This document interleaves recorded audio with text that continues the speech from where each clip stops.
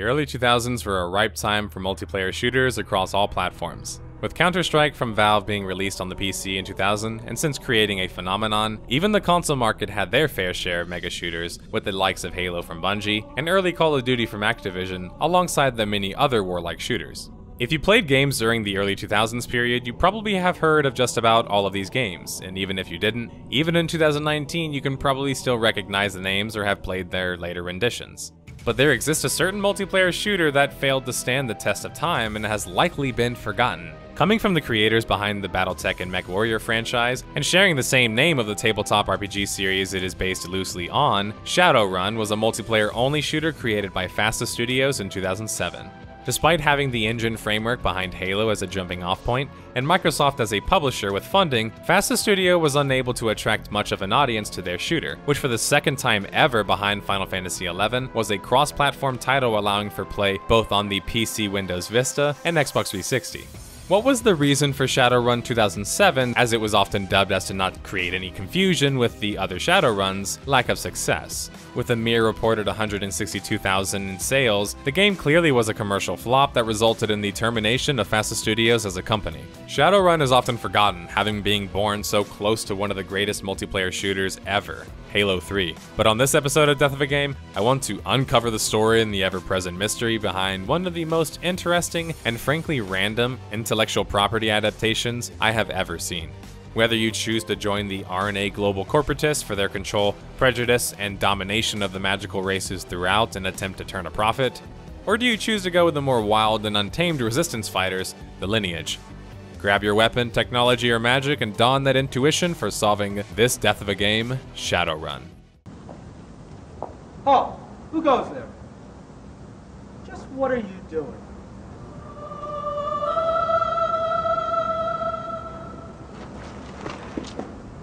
You did it, come on. You okay? I'll be fine. Let's go.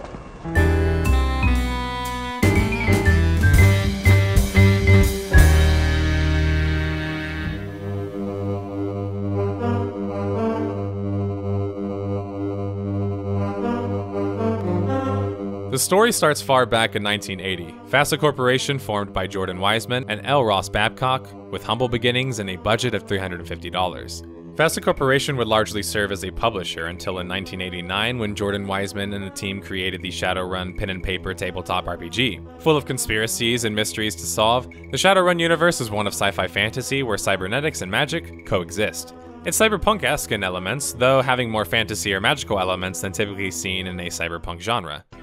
Besides going on to become one of the more popular and successful tabletop IPs, Shadowrun would also be featured in a number of games developed by different studios, but ultimately licensed from FASA Corp. After a release on the SNES and the Sega Genesis and the Sega CD, Shadowrun would then be tabled for a number of years as a video game IP, though still quite active in the pen and paper RPG circles. FASA Corporation would found another studio, FASA Interactive, in charge of developing video games based on their intellectual properties. Not much later, in January of 1999, Microsoft acquired FASA Interactive Technologies, renaming them to FASA Studio. Before FASA even launched a video game, they were gobbled up, which meant that Microsoft surely liked what they were cooking. FASA Studio would go on to develop a slew of games based on the BattleTech and MechWarrior IP, as well as the Crimson Skies game, and their path wouldn't align directly with the Shadowrun IP until in May of 2006, when it was briefly mentioned in a Bill Gates press release from Microsoft. You just scroll down the same press release and you can see for the first time a mention of FASA Studios' hidden Shadowrun-based IP. This is the earliest mention of Shadowrun that I can find, and as the press release states, Shadowrun is the first cross-platform Xbox 360 and Windows Vista-based game featuring team-based combat that ushers gamers into a new dimension with a revolutionary blend of modern weaponry and ancient magic. This claim about the cross-platform play is not actually true, because Final Fantasy XI launched on the Xbox 360 and had cross-platform play just 1 month before the press release, but close enough. Shadowrun was not really described as a shooter yet, but was already advertising their cross-platform play. This was the first shooter, certainly, to attempt to do such a thing, and that surely was going to pose a number of problems. More information was released about Shadowrun in January of 2007, through a Q&A with studio manager Mitch Geidelman.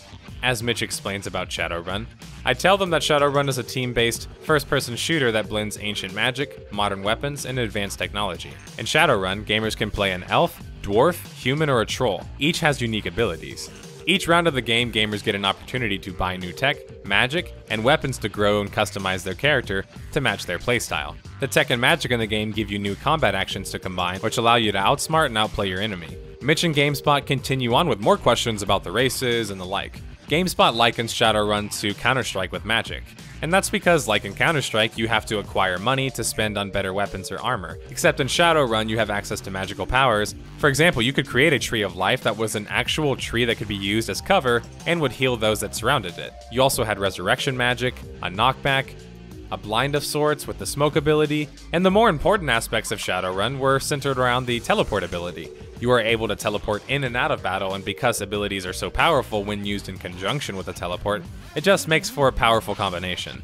Tech powers, on the other hand, were things like gliders for moving quickly, and the ability to see those around you like a radar of sort. And then the wired reflexes tech, which was sort of like giving your character max stats in Morrowind, increasing run speed, jumping height, and reload speed. Weapons, on the other hand, range from standard fare pistol, SMG, and rifle stuff to more unique things like the katana and the minigun. This, in combination with the choice of magical abilities and tech, gave Shadowrun some level of RPG-like customization, but it was quite clear that the game was aiming to be a shooter first, with RPG elements second, which was a far cry from the original Shadowrun IP, which, if you remember, was created as a tabletop RPG. The previous Shadowrun games were also RPGs at heart. FASA Studios making their Shadowrun game a shooter was certainly interesting, but perhaps it could be a waste of such a deep world of lore? More information concerning Shadowrun would spill out in February of 2007. Most controversial was when website Siliconera asked why there was no single-player campaign in Shadowrun. Mitch Geidelman, who was there to field the question, said, "FASA always starts by designing our multiplayer first. We believe that the core of our gameplay is the multiplayer mechanics. Once those mechanics are clear, we develop single-player scenarios to explore how to use them in fun ways in a campaign. As we were creating the single-player scenario prototypes for Shadowrun, we realized that the core multiplayer game completely stood on its own. It was that good. That's when we came up with the idea of making Shadowrun the first cross-platform shooter so everyone could play it together." Engadget's conclusions after their first impressions in March were, "Overall, we really enjoyed our brief time with Shadowrun. It's a solid multiplayer game. Still, as the hardcore 360 fanboys that we are, we want more, and we want it now."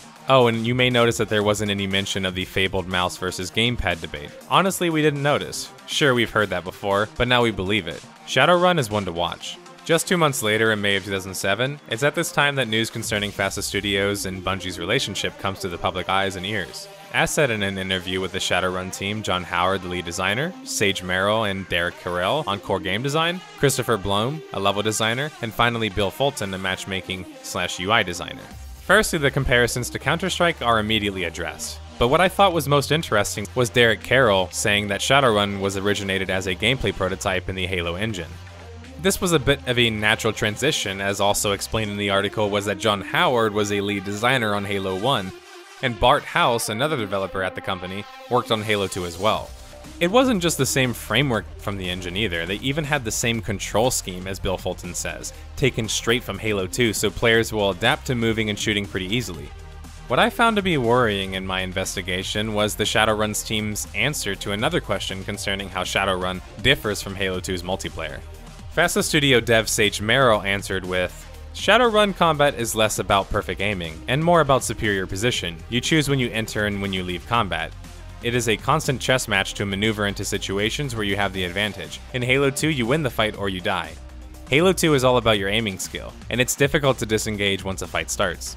I found this statement to be frankly puzzling. Why wouldn't he just compare it to a game like Counter-Strike in terms of it not being perfect aiming? Sage, however, implies that Halo 2 is all about aiming skill, but this is a fundamental misunderstanding of the game. Halo 2 is a game, as Bill Fulton later explains right underneath Sage's answer, that focuses on fair competition. In order to accomplish that, I'm sure aim was a means of differentiating your skill. However, I have mentioned this in another Death of a Game. I myself have put thousands of hours into Halo, and I've even gotten myself to rank 45 just solo queuing as a young 13-year-old. I can still hop on the sticks these days, or even online and still teabag a fellow gamer or two. I feel confident in saying that there is enough evidence to suggest that aiming is not the main focus of Halo. Halo is about movement, map design, and power weapons. Yeah, it's all about map and weapon control. Yep. Halo has always been known for having quite floaty movement for a shooter. This is the case with Halo 1, 2, and 3. I won't spend a whole lot of time dedicated to explaining the Halo franchise because there's plenty of great videos that do that already, but proper movement in Halo makes your cursor or reticle placement sort of irrelevant. That's because aim assist exists on the consoles with Halo 2, and although aim certainly matters greater in cases such as the battle rifle or the sniper rifle, many guns in the Halo franchise are frankly rather inaccurate overall. And even in the case of the famed battle rifle, these aren't exactly nearly as precise as Counter-Strike's AWP or Scout, or a railgun from Quake. Pinpoint accuracy is not really what the Halo franchise is remembered for. It might seem like a semantical point, but bear with me, detectives. I think that the more realistic reason that the aim wasn't a focus primarily in Shadowrun was because, well, it couldn't be. A game that was attempting to appeal to both a PC and Xbox 360 audience and allow them to both play against each other and have balanced games, it's very likely that the finer shooter mechanics of Shadowrun were going to have to suffer to allow for some sort of balance between the two platforms of players. Final Fantasy XI was the first game to be cross-platform, and they didn't really have this issue as much because, well, MMOs are way slower paced and not nearly as control precise as a shooter is. Shadowrun's launch was in 2007, May 31st in NA, and June 1st in the EU, and June 21st in Japan. It would launch as a full-priced video game with a multiplayer only, being one of the first to do such. Speaking of being one of the first to do such, they would launch on Xbox 360 and Windows Vista only. Only. That's right, games for Windows Live was the future for both Shadowrun and Halo 2's PC adaptations, and both would suffer quite greatly for their decision to do such. Shadowrun on Vista would prove the first to be cracked, which allowed the game to be playable on the XP version of Windows, but this meant that only a small percentage of people had access to Shadowrun on the PC because, well, Vista, although certainly popular, was radioactive and often avoided by many Windows XP purists and casuals alike.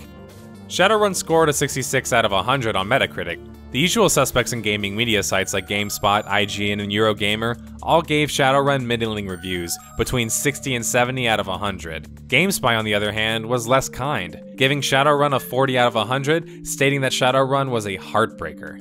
It could have been a really interesting RPG with some shooter elements that brought together 360 and PC gamers. What it is a proof of concept demo crassly disguised as a retail package. GameSpy also pointed out that the guns in Shadowrun were hideously inaccurate, and that was an ego boost frankly. I always thought as a kid I was just a horrible aim at the game.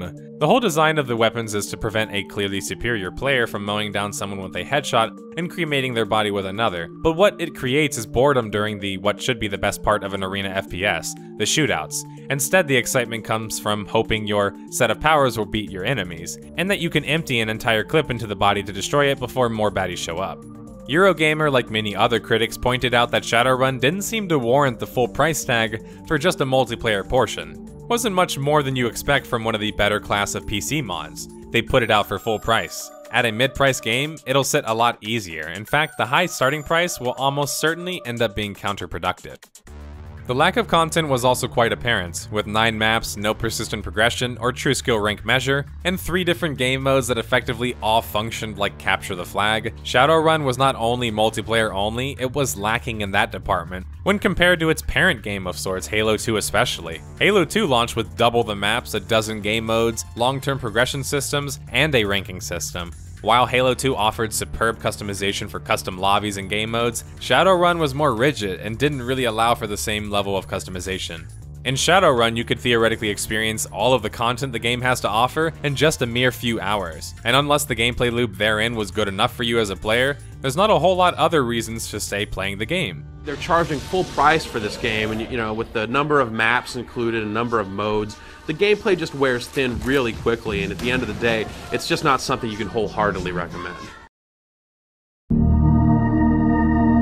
Shadowrun was reported to have sold just under 160,000 copies, just scraping into the gold territory. PC sales were ludicrously low, managing to barely break 12,000 copies, while the rest of them were sold on the Xbox 360. The game wasn't a commercial hit, which might have been needed to keep the game alive or maybe even FASA Studios. But it wasn't completely without merit. Likely in response to the current market trends, Shadowrun had a demo released on the Xbox 360 just a couple of days after launch. This demo would actually go on to have a higher population than Shadowrun's actual live servers for a number of years in my personal experience as well.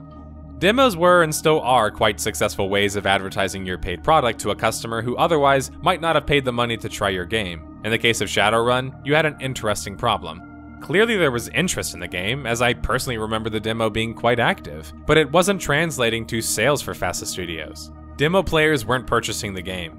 And why was that? I see the most logical conclusion is just simply that the consumers agreed with some of the critical reviews, which was that Shadowrun simply wasn't worth the full price to the market, and players being unwilling to pay that made their interest in the demo sort of irrelevant. Since although it showed that people were enjoying the game in some capacity when they were playing the demo, it also meant that unless they could change the monetization format or price tag, Shadowrun was in deep trouble already so early into its life. A multiplayer-only title without enough players? It's not like sales at this point can be saved by a single-player component. And when players are more focused on playing the demo than the retail version, well, clearly they're not able to convert those customers. Studio manager Mitch Geidelman was sensitive to Shadowrun's reception, making it a point to argue that too many of the reviews focused on the fact that Shadowrun had no single-player campaign and cost $60 versus reviewing it as a game on other merits. The problem is that you don't just judge games in a vacuum. You judge them based on other things that they are closest related to. It's kind of what you do naturally as a human.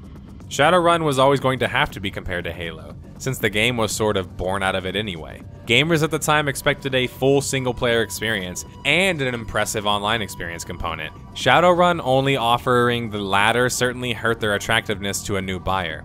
It's never quite taken well when you lash out at the consumers for not being interested in your product, or critics for taking issue with the historically controversial aspect. Though I certainly can understand the desire to defend a game or project that you have worked long amounts of time on. I'm sure I've done it before, especially when a high-profile failure in the games industry is put under such a microscope. For the content present in Shadowrun, it didn't seem to warrant the mainstream coverage it was just getting though. Even with that coverage and the success of the demo numbers weren't just adding up for conversion to paid customers. In September of 2007, news hit the web that FASA Studios would be officially closing its doors. Whoever wasn't going to go on to other Microsoft projects would be losing their jobs, and Shadowrun as a game's future seemed quite unclear. It might continue to exist in some hobbled form, but would Shadowrun ever get the content injection and fixes it so desperately needed to survive or become a successful game? The answer at this point, with FASA Studios dissolving, was not looking promising. It's impossible to blame FASA Studios for choosing to fold when they did. Ultimately, they didn't have much choice in the matter due to Microsoft owning their rights as a company. Microsoft lost on Shadowrun's failure as a game, but they recoup because they get to keep some of the talent, but most importantly, they would now own the video game rights for Shadowrun, Crimson Skies, and MechWarrior and BattleTech. I feel sympathetic for Shadowrun and the FASA Studio crew, because Halo 3 launched near the end of September of 2007, and well, that game, well, it needs no explanation.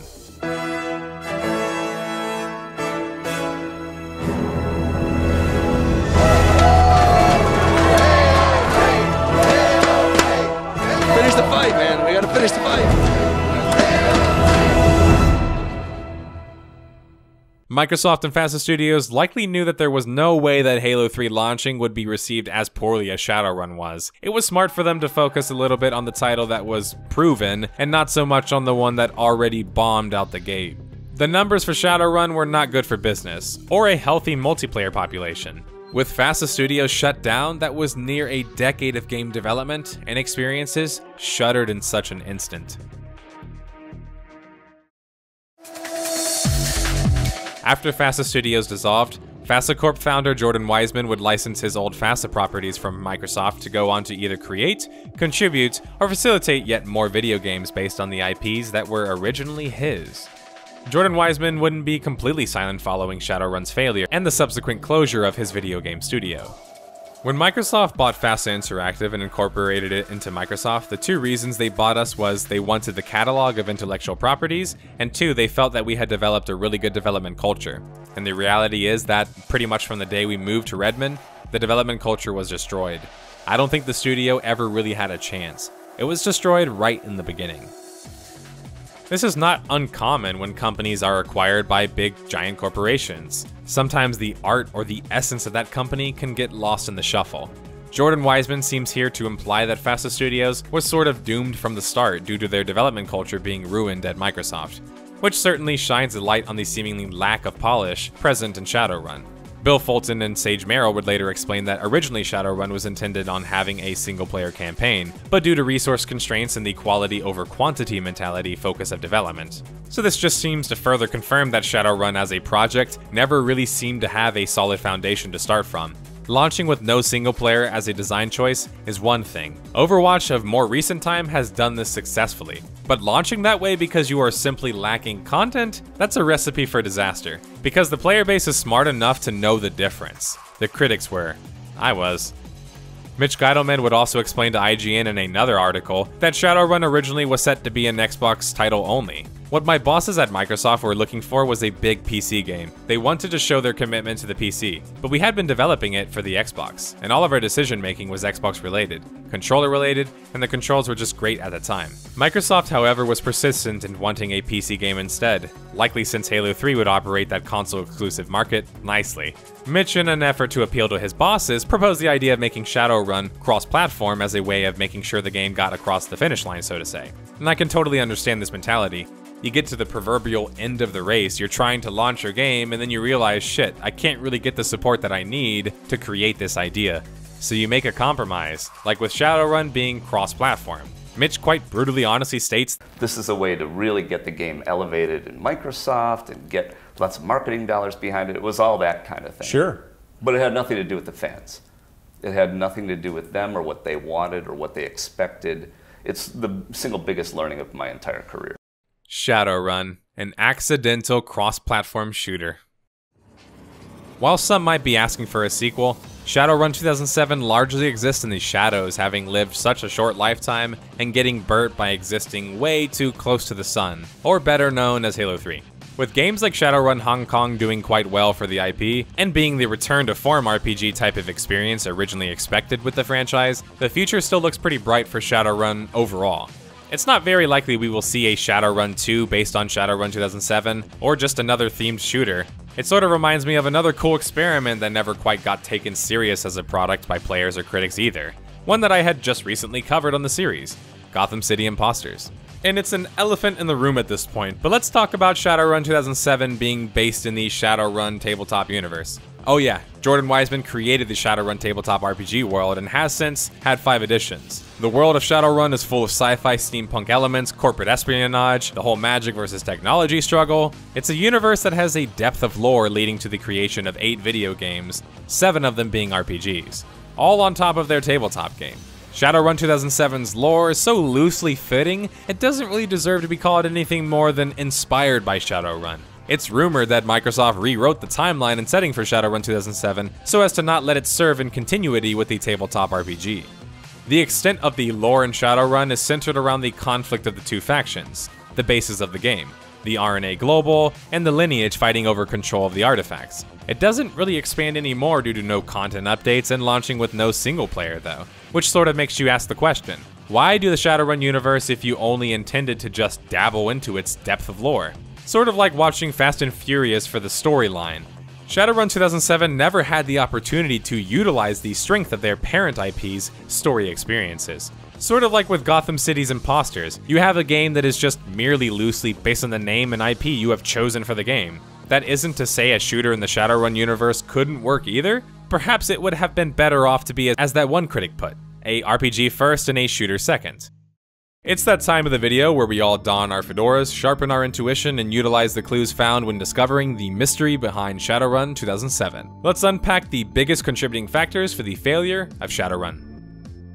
A multiplayer-only game priced at $60 in 2007 was a hard ask for customers, especially when it was originally supposed to have a single-player game, and it felt like it. Only playable on Windows Vista meant, like with the companion Halo 2 on Vista, sales were just going to be lackluster and continue to be. Demo population eclipsed the retail version of the game, showing that the price of entry was just too high. Launching so close to Halo 3 was already a death sentence. That's without the numerous other development mishaps. Choosing for Shadowrun 2007 to be a shooter with loose RPG elements seemed like a waste of the IP's strengths. Shadowrun being forced to be a cross-platform title was only to push the project past the finish line of being greenlit. Not really a true design decision though. Now the Shadowrun IP is probably in good hands, considering they continue to come out with more and more RPGs that are rated rather favorably. Shadowrun 2007 with videos like this will not be forgotten. What was once supposed to be a game that set the internet on fire backed by Microsoft and pushing cross-platform boundaries while leaning on their inspiration from Halo, was a game that instead we got where it was just rushed to simply getting past the finish line in the first place. I don't exactly appreciate developers stating that Shadowrun being a multiplayer-only game was a design decision, as I think it makes them kind of complicit in misleading their audience, but as I just stated, this is because of their mentality of getting the game past the finish line at all costs, no matter the state of it. When the game did pass the finish line, it was unfinished, lacked direction, and clearly outshined by Halo 3 just months later. I will fondly remember Shadowrun in the same way I remember Dark Messiah of Might and Magic, flawed games that despite such still managed to be quite fun experiences. Thanks for watching, guys. Ever wondered what it would be like to live life as a toon? Well, here's your chance.